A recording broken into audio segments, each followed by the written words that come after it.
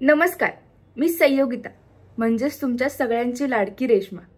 तुम्ही आपल्या 10वी ला तर भरभरून प्रेम देत आहात, त्यासाठी मनापासून आभार। पण तुम्ही अजून आपल्या इट्स मज्जा या यूट्यूब चॅनलला सबस्क्राइब नाही केलं वाटतं। केलं नसेल तर आत्ताच जाऊन करा, कारण की जर तुम्ही आपल्या इट्स मज्जा या यूट्यूब चॅनलला सबस्क्राइब केलं तरच तुम्हाला आपल्या 10वीचे नवीन अपडेट्स कळतील आणि नवीन एपिसोड सुद्धा पाहायला मिळतील। त्यामुळे आत्ताच जाऊन आपल्या इट्स मज्जा या यूट्यूब चॅनलला सबस्क्राइब करा आणि आपली 10वी ही वेब सिरीज पाहायला विसरू नका। धन्यवाद। माद्या, तुमचं वागणं मला अजिबात नाही पटलं बरं का। तुम्ही मार खाल्ला ना, मग त्याला मार खायला लावून तुम्हाला काय भेटलं रे? आब्या, मला मध्यातून किरण्याचं पटले बघ। त्या भिकर चोटांनी पळून जायचं आणि आपण सत्यवादी होऊन मार खायचा वय। आणि तुम्हाला बघितलं ना कसलं कुतून मारलं, आणि त्या सागऱ्याला पोरगी असल्यागत आबदार। अरे पण मला एवढंच वाटतं की कुरकुट सरांनी कुणाला कसं मारायचं तो त्यांचा प्रश्न आहे, आणि सागऱ्याचा अभ्यास झाला नाही म्हणून त्यानं पळून जायचं का छडी खायची तो त्याचा प्रश्न आहे। उगाच आपलं वाईट झालं म्हणून त्याचं बी वाईट करायचं हो कुठला नाही। मग आपल्याला कायम पाण्यात बघून आपल्यावर डोक धरून गावल तिथं आणतो तो कुरकुटे, तो तरी कुठला न्याय? अरे पण कशी तरी भांडण मिटलेली आपल्यातली, चांगली गोष्टी झालेली ना, मग हे असं करून वेळ कशाला घ्यायचं? कसं आहे, एखादी गोष्ट जर का प्रेमानं होत्या तर होऊ द्यायची ना, भांडायची काय गरज? तू नको सांगूस बिटक्या, छेड्या तुला नव्हत्या ना खायला लागल्या, आणि तो सागरा दुस्ती करायच्या लायकीतच नाही। नाहीतर काय, आपल्याला शिक्षा व्हावी म्हणून त्यानं कमी कारनामा नाहीत केलं। मुतारीत नाव लिहिलेलं त्यानं, तवा बी तूच मार खाल्लेलास, ही सरलास वय? मी काळजी सरलो नाही, फक्त आपल्यातलं वैर विसरायचं होतं। आणि मध्ये आपण बी जर त्याच्यागतच वागलो तर त्याच्यात आणि आपल्यात काय फरक राहिला? ए मध्ये आज माझ्या वाटेल जाऊन चांगलं नाही केलंस बरं का। सगळ्यांचं चांगलं करायला आम्ही पत्कूर घेतला नाही।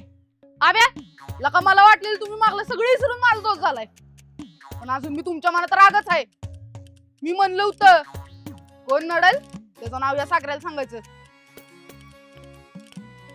पण यो सागरात कसा नडतोय ते बघा। ए जा घरी, काय बोलावती? नडानडीची भाषा करू नको बर का, इथं नडग सडकीन। सुन्या, माकडा तुला तर नंतर बघतो। रोज बघ की, त्याला बघायला बंदी नाही, आणि कुरकुड्याच्या छड्या बसत्याल म्हणून पळून जाणाऱ्यांनी आम्हाच शिकवायचं नाही। चल निघ, चल निघ ढप्पळे। चल रे, कापूस नुसता भरलाय अंगात।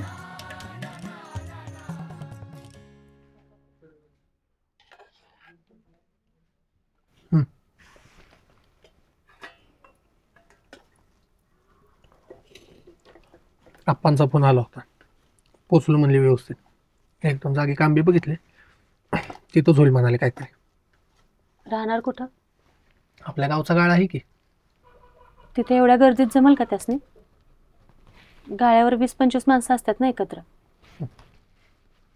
होय, लय हाल होते तिथं, म्हणून तर मला म्हणले ना येऊ नको म्हणून। नाही, नोकरीचं झालं ना की कल्याणला नाही तर कळंबोलीला बघतीलच की खोली, आणि अगदीच काय नाही झालं ना मानखुर्दला सातारचीच माणसं राहतील, तिथं जातात। तर तरी कष्ट आहेतच की, त्याशिवाय शहरात निभावं लागतोय।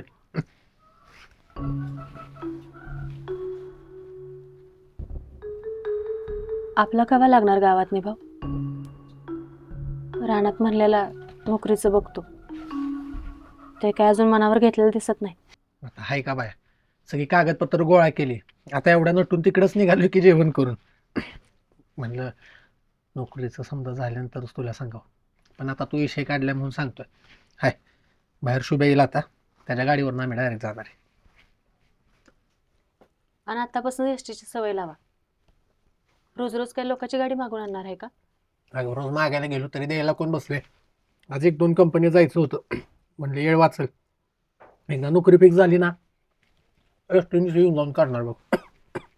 अहो जर दमानं जेवा की। दमानं जेवतो, मग तिकडे इंटरव्ह्यूचा वेळ संपेल, पुन्हा तूच म्हणशील तुम्हाला टाइमावर जायला काय झालं होतं? होय का? मी अमुक म्हणेन तमुक म्हणेन म्हणता, मला खरं सांगा, हे कामाचं तुम्हाला करायचे म्हणून करताय का मी सांगते म्हणून?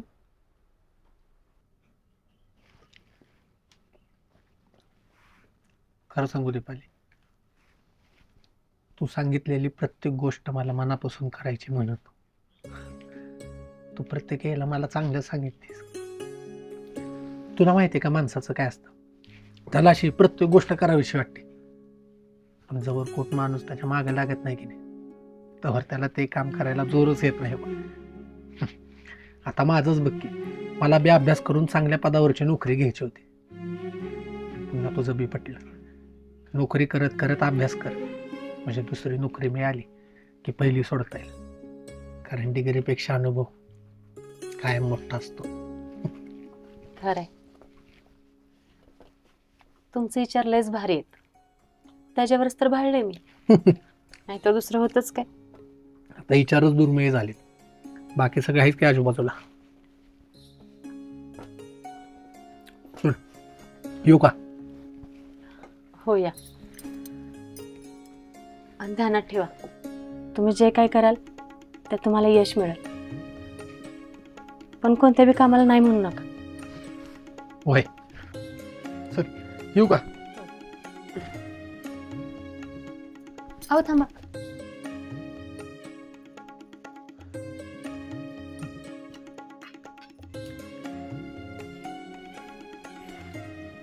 जाताना तोंड गोड केलं की गोड बातमी येते. होय, मग साखरेशिवार बी तोंड गोड करता आलं असते की. जावा ग, आणि जाताना आत्तीच्या पाया पडून जा. आता आहे का, ते काय सांगायला लागतं? तर आईच्या आशीर्वादाबिगर दादाचं पान सुद्धा हलत नाही, माहित नाही तुला. चल येऊ का?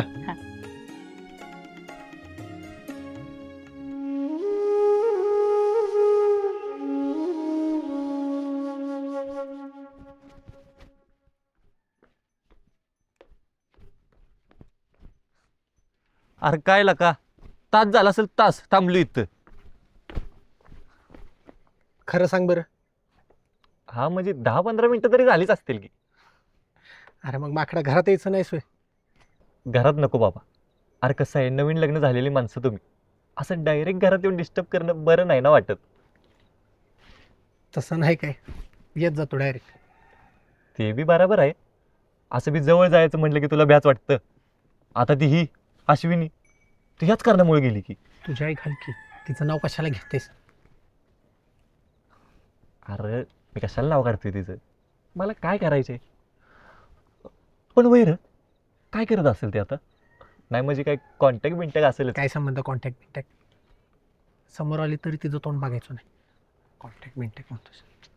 अरे त्याला काय होते तेव्हा, बोलायला काय जाते. शुभा, तुला माहिती आहे का कसं असतं ते? आपलं भूतकाळ विसरून आपल्यावर जी पुढे चालत असतात ना, तेव्हा आपण मागवून कवाच बघायचं नसतं.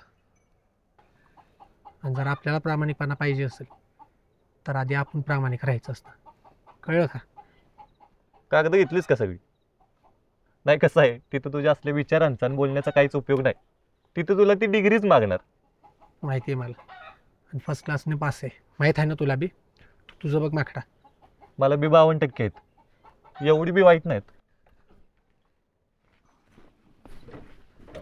अरे बघू, कंपनीवाले पण असंच म्हणतात. चला.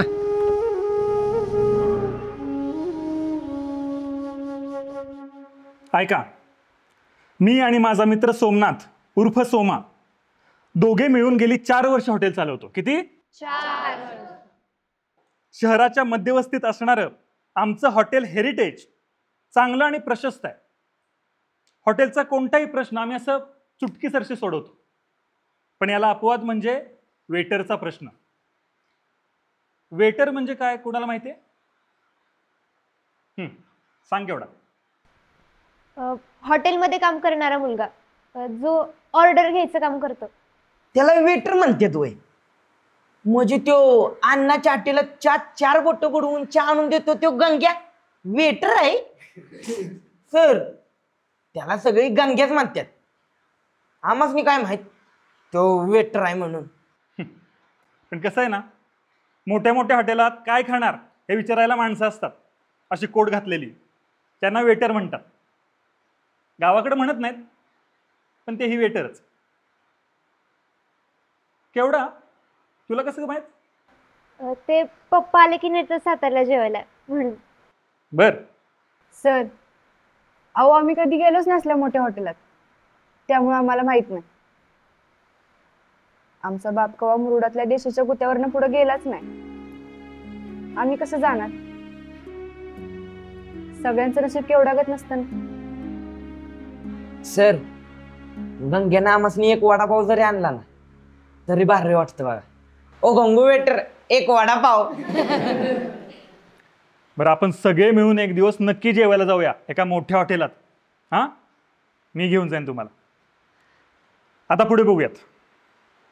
सर देऊ का? या. नोटीस आली वाटतं.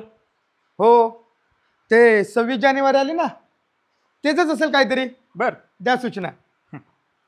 ऐका रे, सर्व विद्यार्थ्यांना कळवण्यात येते की आपल्या देशाचा प्रजासत्ताक दिन दरवर्षी आपल्या शाळेत 26 जानेवारीला साजरा होतो. तसा यंदाही होणार आहे. या निमित्ताने नियोजित कार्यक्रमांसोबत देशभक्तीपर वक्तृत्व स्पर्धा सुद्धा आयोजित करण्यात आलेली आहे. यासाठी इच्छुक विद्यार्थ्यांनी आपल्या वर्ग शिक्षकांकडे नावं द्यायची आहेत. शिवाय स्वच्छ गणवेश आणि देशाचा झेंडा परिधान करून शाळेत वेळेत उपस्थित राहायचं आहे. सूचना समाप्त. कळालंय का?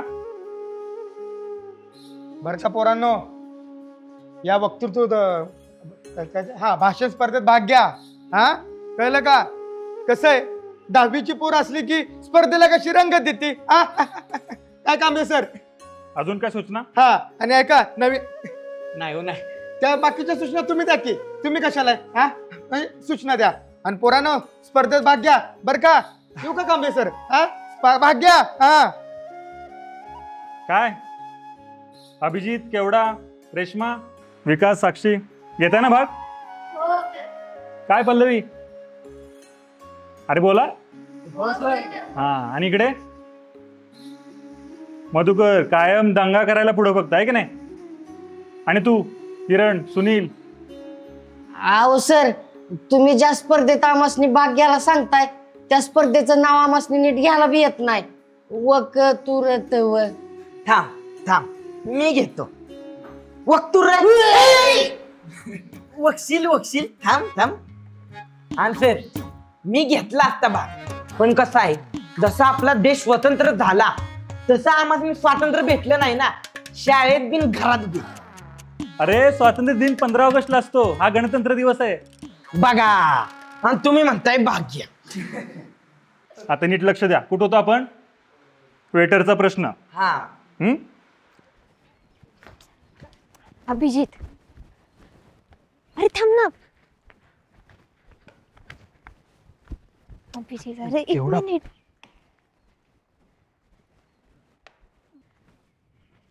अभिजित,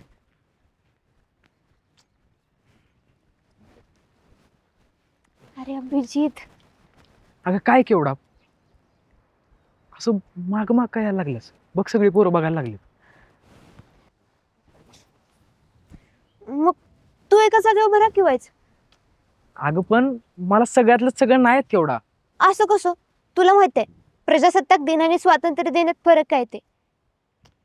अगं आता हे बघ, मी बी भाषणात भाग घेतलाय, मग मला माझं बी भाषण लिहायचं आहे.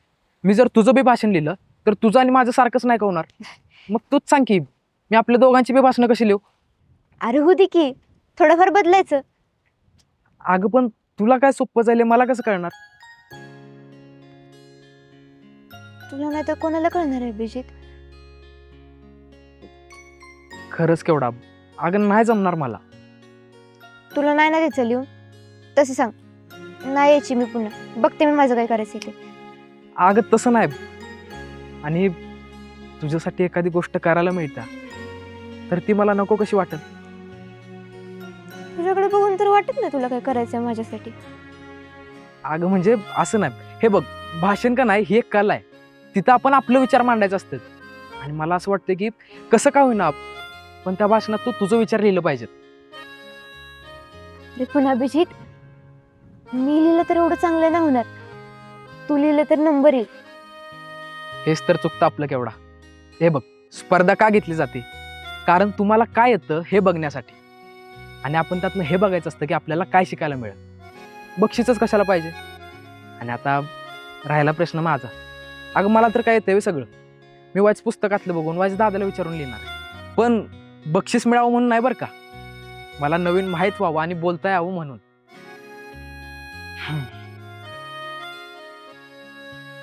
ठीक आहे, करते मी प्रयत्न, जसं जमल तसं, पण स्वतःच.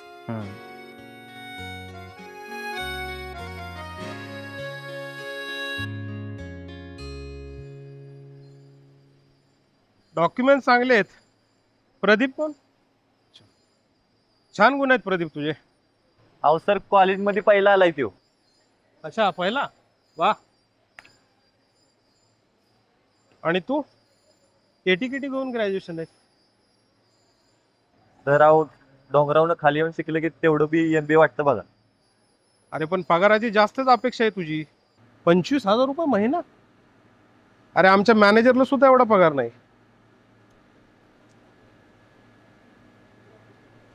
अहो सर, लिहायला काय जातंय म्हणलं, तुम्ही करा की व्हायचं कमी जास्त.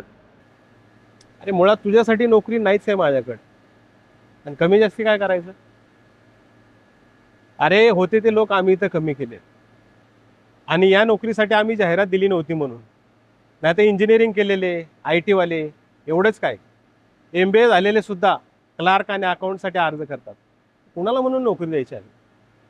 आणि हे प्लेन ग्रॅज्युएशन म्हणजे शिपाई सुद्धा होता येत नाही. अरे तोही त्यापेक्षा जास्त शिकलाय.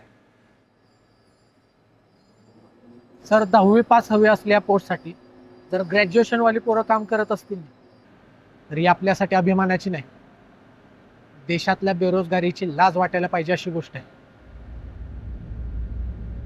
आपला सातारा जिल्हा म्हणजे शूरवीरांचा जिल्हा म्हणून आपली ओळख, पण नोकरीच्या बाबतीत, रोजगाराच्या बाबतीत कमी संधी असलेला जिल्हा म्हणून लाज बी वाटायला पाहिजेच की.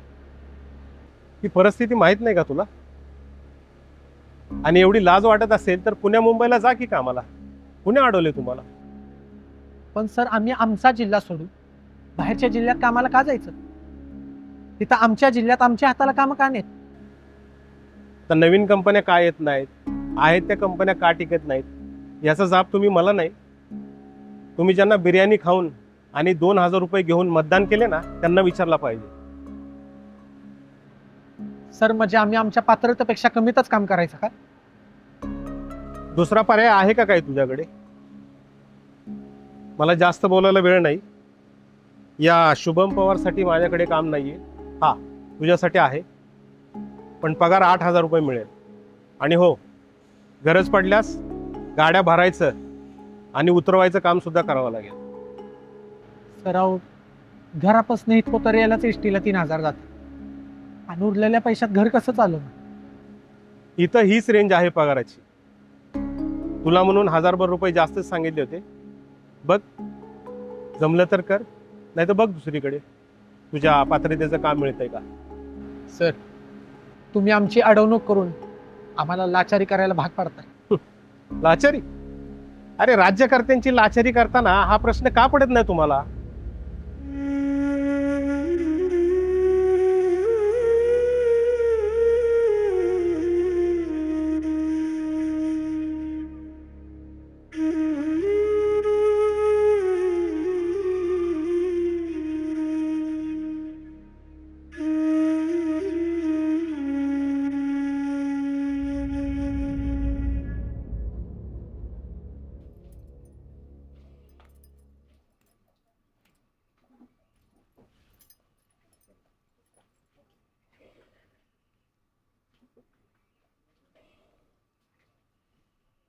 आता लय नका डोसक्यात घेऊ तो विषय. असं डोसक्यात घेऊ नको. आधी मला दोष कंपन्यांचा वाटायचा, नंतर वाटलं राजकारण्यांचा दोष असेल, पण आता कळते खरा दोष तर आपला आहे. आपण का नाही प्रश्न विचारला? आपण मतदान करताना का नाही मागणी केली? जर मागणी केली होती ती जर अपूर्ण राहिली तर पुन्हा त्याच माणसाला मतदान करताना आपल्यासनी लाज कशी नाही वाटली? आपण नाही घेतलं पैसा, पण गावातल्या पोरांनी, माणसांनी तात्पुरतं का होईना पण घेतलंच ना पैसा. मग त्याच पैशात त्यांनी प्रश्न विचारायचा हक्क पण विकत घेतला असं समजा ना. त्या पैशात तवाची येळ निघल, पण घर चालणार नाही ह्याचा विचार कुणीच नाही केला ना. आता प्रश्न विचारणार दीपे, असं सोडणार नाही त्यासनी. आधी नोकरीचं बघा, मग बघा प्रश्न विचारायचं. प्रश्न विचारणं किती गरजेचं आहे बघ की दीपे. पदाचा आदर असावा, माणसाची भक्ती न ग. नाहीतर ते ही अशी आमची अवस्था करून ठेवतात, हे केव्हा कळणार आम्हाला? सगळंच अवघड झालंय बघ. एखादी संधी हुकली ना, त्यासाठी किती काळीच तुटत ते आज कळतंय बघ. जाऊ द्या आता. एक कंपनी नाही म्हणली म्हणून काय झालं, दुसरी कंपनी आहे की, तिथं होईलच की काम.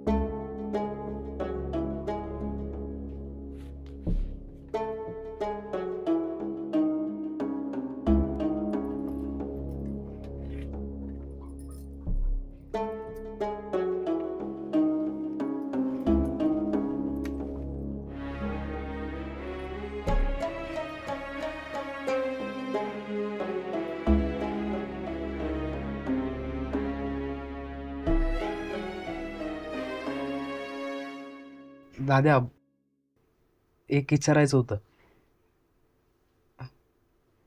दाद्या, उद्या सकाळी विचार, आत्ता झोपू दे. अरे दादा, लय महत्वाचं आहे, आत्ताच लिहायचं आहे.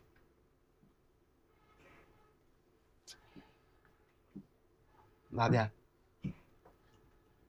दाद्या बोल पडदेशी चल. अरे प्रजासत्ताक दिनाबद्दल भाषण आहे माझं, पण का नाही मला प्रजासत्ताक दिनाबद्दल एवढी काही माहिती नाही रे. वाईट सांग की मला काहीतरी.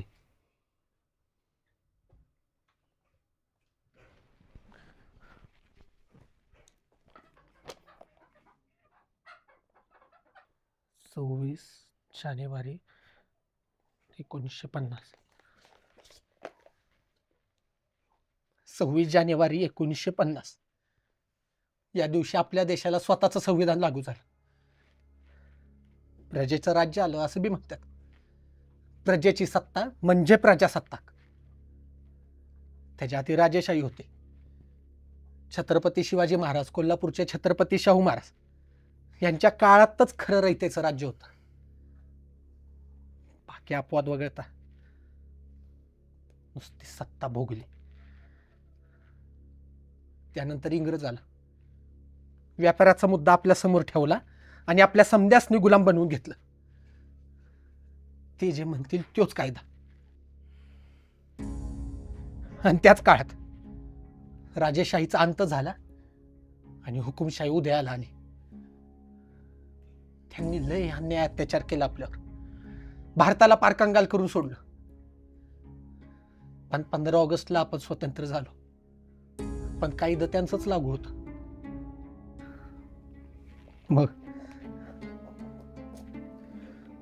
26 जानेवारीला आपले कायदे लागू झाले. म्हणजे आपलं राज्य आलं. काय आपलं राज्य आलं? आपलं राज्य आलं का आपल्यावरच राज्य आलं आज उत्तर कळलं नाही बघा. आम्ही प्रजेचं राज्य म्हणून आणि आपलं नोकर म्हणून आपल्याच पैशावर जे सत्तेवर आली ना, त्यांना आता ह्यो देश म्हणजे स्वतःची खाजगी मालमत्ता वाटायला लागली. कायद्याचा हवा तसा वापर करून त्यांनी देश लुटला आणि अजूनही लुटतायत. नावाला लोकशाही, नावाला प्रजेची सत्ता, आणि आपण ह्यांच्यासाठी फक्त लोकसंख्या. जगाच्या पाठीवरची सगळ्यात जास्त लोकसंख्या, तरी ना आपल्या इथं समता, ना सार्वभौमता, ना बंधुता, ना विकास. इथला गरीब अजून गरीब होत गेला. आणि गरीबासाठी लढता लढता नेता मात्र श्रीमंत झालाय बघ. देशासाठी दिलेला लढा या राजकारणामुळे वाया गेला बघ.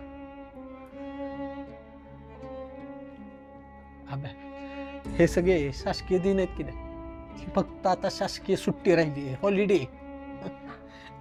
हे असं आपण म्हणत नाही, हे स्वतः शासकीय माणसं म्हणतात. मग तुझं माझं देशप्रेम तर मग की कुठं असेल.